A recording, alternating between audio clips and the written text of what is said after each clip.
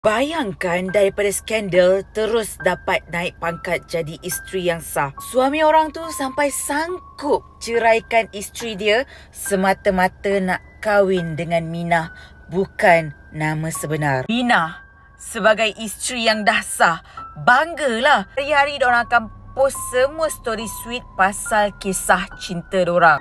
Katanya jodoh tak pernah salah alamat.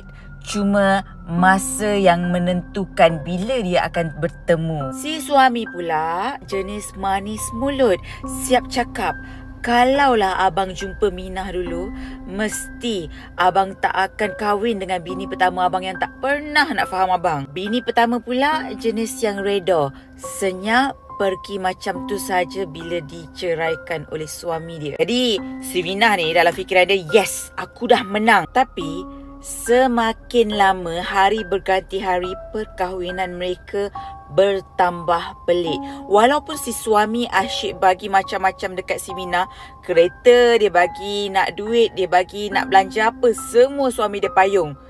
Tapi ada satu hari ni, bila Minah kemas store, dia ada jumpa satu minyak pelik dengan ikatan kain kuning.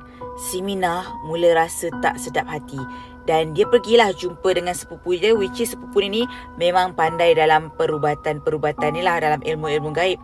Bila sepupu dia ni check, bau minyak tu sendiri pun agak pelik. Dia macam ada wangi tapi at the same time rasa memualkan. Bila sepupu dia check, yes, itu adalah minyak dagu. Sejak Minah jumpa minyak dagu tu, macam-macam benda pelik yang terjadi. Siap mimpi lagi yang suami dia ni mandikan mayat yang tidak berpakaian dan membakar dagu mayat tersebut. Masa ni Minah cuba solat tahajud untuk minta petunjuk daripada Allah SWT. Dan ya, doa Minah termakbul, di mana satu hari ni Minah tergerak hati nak ikut suami dia yang mengatakan pulang lewat akibat kerja. Tapi bila dia ikut, rupa-rupanya suami dia check in dengan perempuan lain. Masa ni Minah rasa sakit hati nak serang suami dia pada waktu tu. Cumanya dia bertenang dulu, dan setiap kali suami dia kata ada kerja, dia akan ikut suaminya, dan akhirnya rupa-rupanya suami dia ke hotel. Dan setiap perempuan tu adalah setiap perempuan yang berlainan. Rupa-rupanya suami dia ni gunakan minyak dagu untuk tarik perhatian wanita lain, dan ini adalah tabiat kebiasaan suami dia sendiri. Masa ni si Minah mula sedar patutlah isteri pertama rela diceraikan oleh suami dia. Kiranya dialah yang paling malang.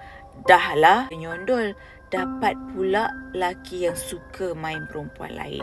Nak lagi kisah seram dan juga konflik? Jangan lupa follow for more. Bye korang, love you.